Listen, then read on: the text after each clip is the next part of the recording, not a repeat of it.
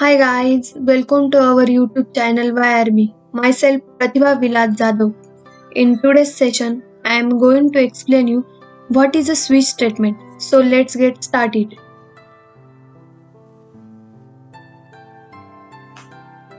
जिस तरह if else condition काम करती है, उसी तरह switch statement काम करता है.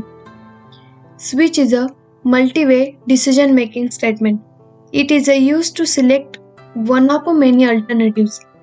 This statement tests whether an expression matches one of a number of constant integer values and branches accordingly. Switch एक कंडीशनल ब्रांचिंग स्टेटमेंट है जिसका प्रयोग एक वेरिएबल की वैल्यू के अनुसार बहुत सारे केस को चेक करने के लिए किया जाता है. इसकी शुरुआत में स्विच स्टेटमेंट के साथ एक वेरिएबल होता है. बीच में केस स्टेटमेंट के साथ बहुत सारे स्टेटमेंट ब्लॉक होते हैं और एंड में डिफॉल्ट स्टेटमेंट के साथ डिफॉल्ट स्टेटमेंट ब्लॉक होता है. इसमें शुरुआत से एक एक करके वेरिएबल की वैल्यू के साथ सभी केस को चेक किया जाता है. यदि कोई भी केस वेरिएबल की वैल्यू से मैच करता है तो इस केस के अंदर लिखे स्टेटमेंट ब्लॉक को एग्जीक्यूट किया जाता है और यदि कोई भी केस वेरिएबल की वैल्यू से मैच नहीं करता है तो एंड में डिफॉल्ट स्टेटमेंट ब्लॉक को एग्जीक्यूट किया जाता है. इसका सिंटैक्स ये देखिए इस तरह होता है और इसका फ्लो डायग्राम भी है.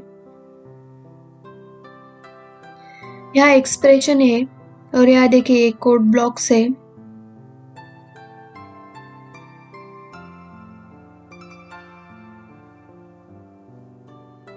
Now we will see the programs.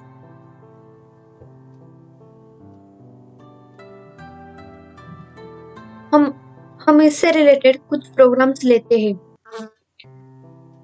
जिसकी वजह से आप सबको स्विच स्टेटमेंट आसानी से समझ आ जाएगा. हमारा फर्स्ट प्रोग्राम है to accept single digit from user and display it in a word prompt.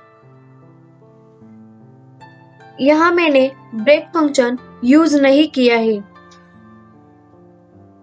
मैं आप सबको बताने वाली हूँ विदाउट ब्रेक के प्रोग्राम कैसे होता है और ब्रेक यूज करके कैसे होता है. तो ये हमारा पहला विदाउट ब्रेक का प्रोग्राम है. यहाँ मैंने stdio.h एक हेडर फाइल दी है और नीचे हमने मेन फंक्शन दिया है. Main is the signal for the compiler from where the compilation should be start and integer is the return type which returns integer value. और यहाँ हमने printf and scanf किया है.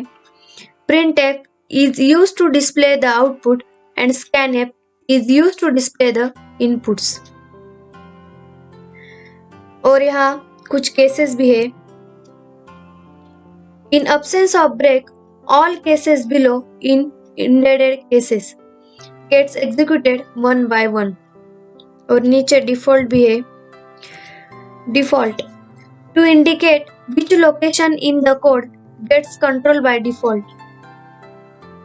और अब हम इस प्रोग्राम का आउटपुट देखते हैं.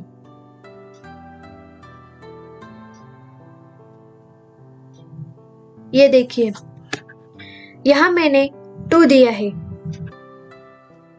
तो यहाँ 2, 3, 4 और इनवैलिड नंबर ये सब प्रिंट हुआ है और 1 दिया है तो देखिए 1, 2, 3, 4 और इनवैलिड नंबर ये भी शो हुआ है. In above program I didn't use break statement. Then all the cases below the correct cases are executed unintentionally to prevent this break statement. यही प्रॉब्लम सॉल्व करने के लिए हम लोग ब्रेक यूज करते हैं. अब हम स्विच केस विद ब्रेक देखते हैं। वही प्रोग्राम है पहले वाला, देखिए यहाँ मैंने सिर्फ ब्रेक फंक्शन यूज किया है और अब हम इस प्रोग्राम का आउटपुट देखते हैं।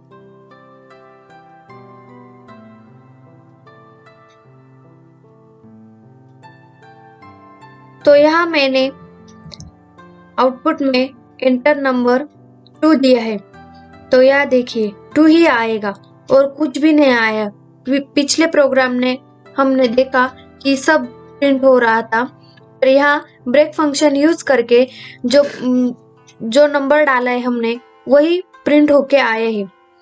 देखिए यहाँ मैंने 4 डाला तो 4 ही आया, और नीचे हमने 6 डाला क्योंकि हमारे प्रोग्राम में 4 तक केसेस है, और नीचे में डिफॉल्ट में हमने इनवैलिड नंबर डाला है। डिफॉल्ट इसके लिए ही काम करता है, जो नंबर हमारे प्रोग्राम में नहीं है, केसेस में नहीं है, वो इनवैलिड नंबर शो करके आएगा। तो गाइज हमारा प्रोग्राम ये रन हुआ। सो आपको हमारी वीडियो अच्छी लगी हो तो प्लीज हमारे चैनल को लाइक शेयर और सब्सक्राइब जरूर कीजिए। Thank you.